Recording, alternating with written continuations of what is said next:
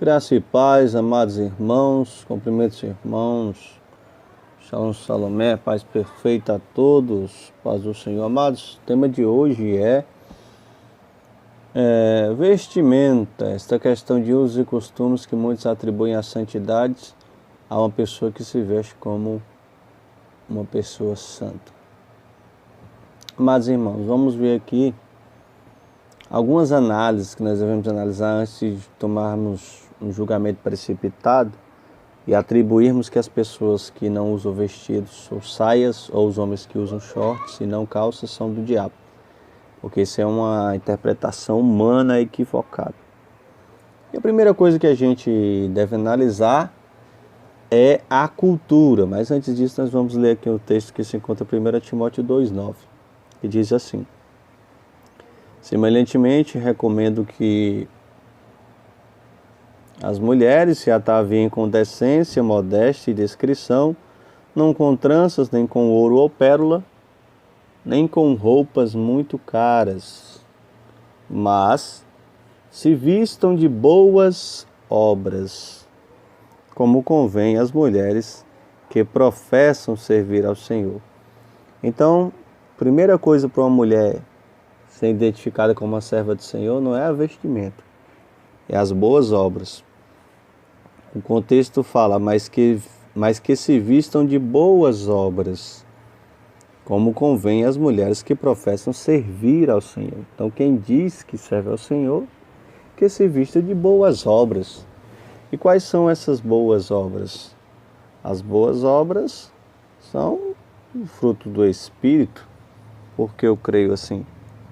Porque eu não posso de mim mesmo gerar uma obra. A Bíblia diz que o Senhor gera obras em nós, gera boas obras. E diz da seguinte maneira, vou mandando mensagem aqui os irmãos. Vamos dar um exemplo, Gálatas 5:22. Mas o fruto do Espírito é amor, gozo, paz e segue-se. Então nós temos em Gálatas 5:22 um exemplo extenso, um exemplo longo dos frutos. Alguns citam como 9 frutos do Espírito. Então não está a questão aqui da vestimenta física. Voltando ao início, a primeira coisa que a gente tem que avaliar aqui, analisar, é a cultura.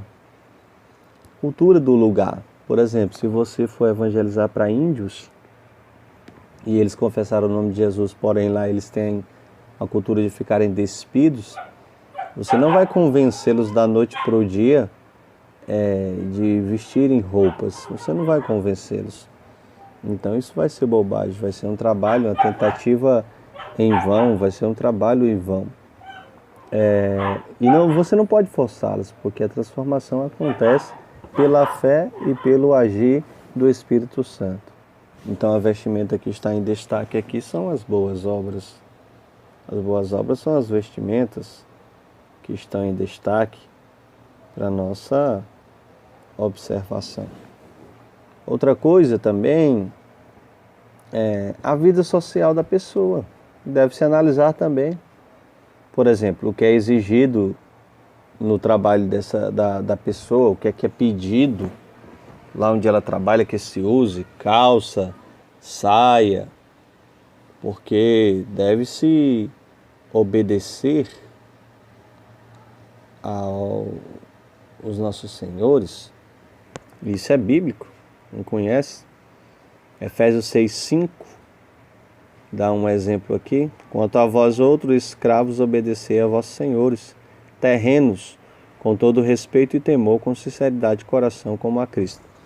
O texto fala escravos, mas trazido para o dia de hoje, nós falamos de patrões. Nós falamos de patrões que devemos obedecer aos senhores. E se a empresa existe um certo tipo de vestimento, eu não posso simplesmente negligenciar o meu emprego, porque eu sou servo de Deus, eu tenho que abandonar. Não, de maneira nenhuma. Eu devo obedecer, porque a Bíblia pede para obedecer. Então esse é o ponto de partida. O terceiro ponto a ser observado aqui é a crença. A crença da pessoa. Se a pessoa se preocupa com a aparência ou com a essência. Porque a mudança ela deve acontecer de dentro para fora. O que é que está escrito aqui em Efésios, no capítulo 6:10, fortalecei-vos no Senhor e na força do seu poder. Revesti-vos de toda a armadura de Deus, para poderes ficar firmes contra as ciladas do diabo. E o que é essas coisas? É a roupa que me deixa firme contra as ciladas do diabo? Não, vamos ler, porque nossa luta não é contra o sangue, nem contra os seres humanos, mas contra os principados potestades, contra os dominadores desse sistema mundial em trevas, contra as forças espirituais do mal das regiões celestiais. Por esse motivo, vesti toda a armadura de Deus, a fim de que possais resistir firmemente no dia mau. E havendo batalhado até o final, permaneceis inabaláveis sem retroceder. Então é a armadura de Deus que vai nos deixar firmes no dia mau, não é a roupa. Continuando, estáis, portanto, firmes, trazendo em volta a cintura, a verdade, e vestido a couraça da justiça, calçando os vossos pés com a proteção do Evangelho da paz, embraçando sempre o escudo da fé, com o qual podereis apagar todas as setas inflamadas do maligno. Usar igualmente o capacete da salvação e a espada do Espírito, que é a palavra de Deus. Então nós temos aqui uma roupa, uma roupa espiritual que Deus nos deu, podemos falar assim. E o exemplo que Paulo falou, que a vestimenta da mulher santa são as suas boas obras. Muita gente fala que Jacó trocou as vestes, Mas por que Jacó trocou as vestes quando ia embora? Nessa lição de Gênesis aqui, está em Gênesis essa lição. Deus ordenou à família de Jacó que viajasse para Betel, e o Senhor apareceu a eles ali, e depois a esposa de Jacó, Raquel, e seu pai Isaac morreram, Jacó tinha preferência por seu filho José, que era odiado, invejado pelos irmãos, e os irmãos de José o venderam como escravo, e ele foi levado para o Egito. E Jacó viajava para Betel, está em Gênesis 35, do ao 15, e o Senhor renova o convênio com Jacó, ele faz isso. E uma delas foi a troca de roupa para purificação, abandono dos costumes antigos, dos deuses antigos.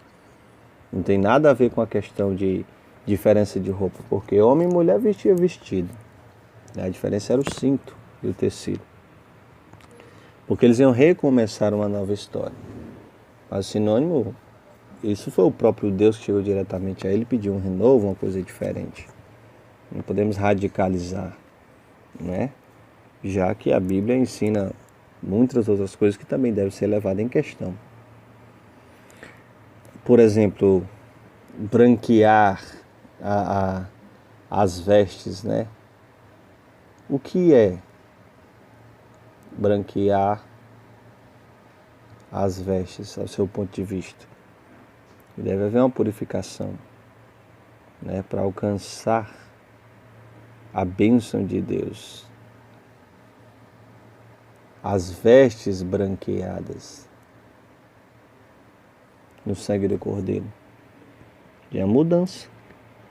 Apocalipse 7, que fala: vi a seguir uma enorme multidão, impossível de contar, e todas as nações e tribos, povos e línguas diante do trono do Cordeiro, com vestimentas brancas, folha de palma nas mãos, e gritaram em altas vozes: a salvação vem do nosso Deus, que está no trono, e do Cordeiro.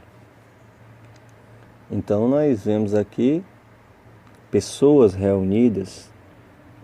Todos os anjos nessa altura se encontravam em volta do trono, em volta dos anciãos, dos 4 seres viventes, e inclinando-se até a terra adoravam a Deus e diziam: que assim seja, louvor e glória, sabedoria e graça e honra e poder e força pertence ao Deus por toda a eternidade.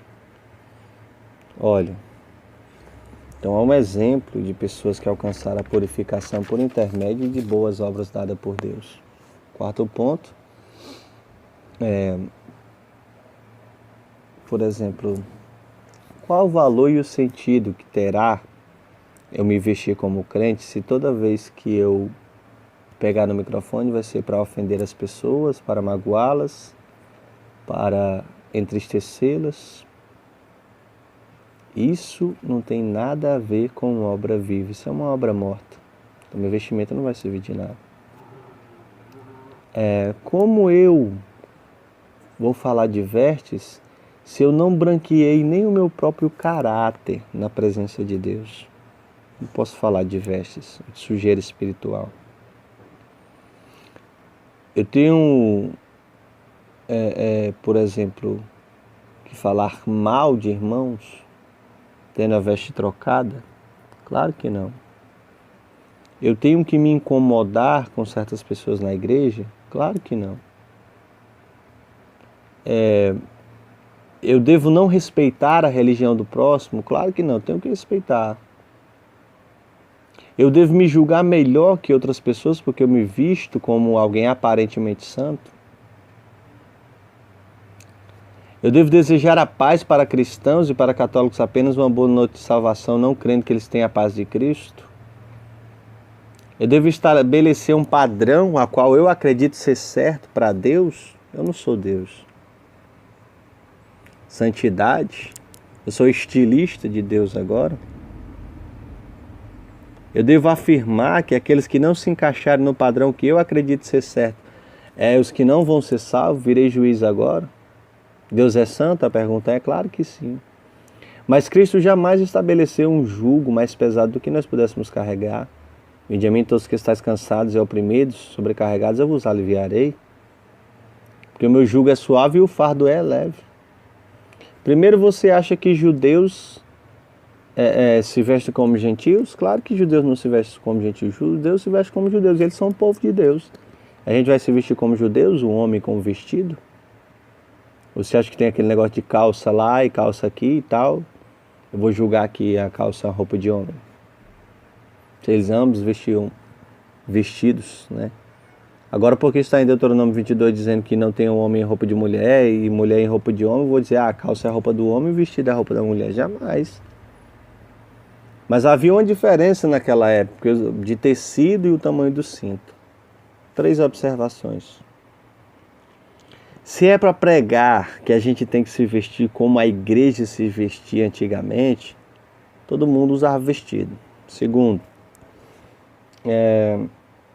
eu não tenho nada a ver com roupa, cabelo, maquiagem, nada de ninguém. Por quê? Porque a Bíblia não manda eu me incomodar com isso. Isso era a função dos apóstolos, falar sobre isso. Paulo falava que tinha gente que deixava o cabelo crescer, não podia cortar porque era o véu, e ele falava, não, mas esse não é o nosso costume, é o costume de outras igrejas, então é uma coisa de cada pessoa. Isso eu devo respeitar, porque a Bíblia diz que eu devo respeitar. Amar o meu irmão da forma que ele é, deixar trabalhar Deus trabalhar em sua vida, não matá-lo na fé. Terceiro, o meu negócio que eu tenho que entender é anunciar o Evangelho de Cristo.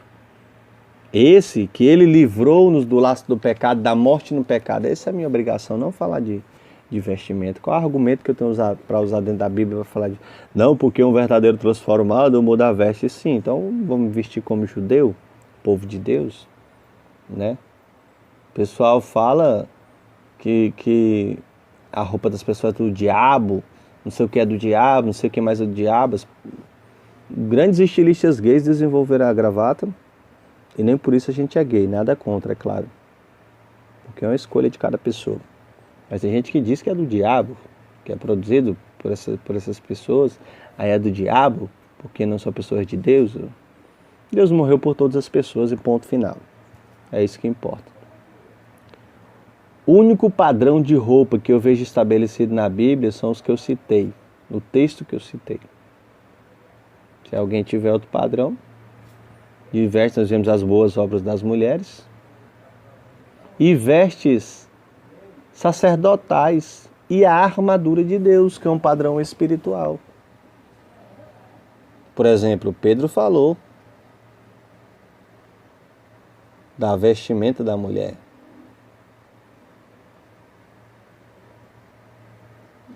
E o que foi que Pedro falou acerca da vestimenta da mulher? O apóstolo Pedro, quando ele falou daquela observação, né? Onde fala na Bíblia que nós não podemos usar uma específica roupa? Onde está isso? Quem estabeleceu esse padrão?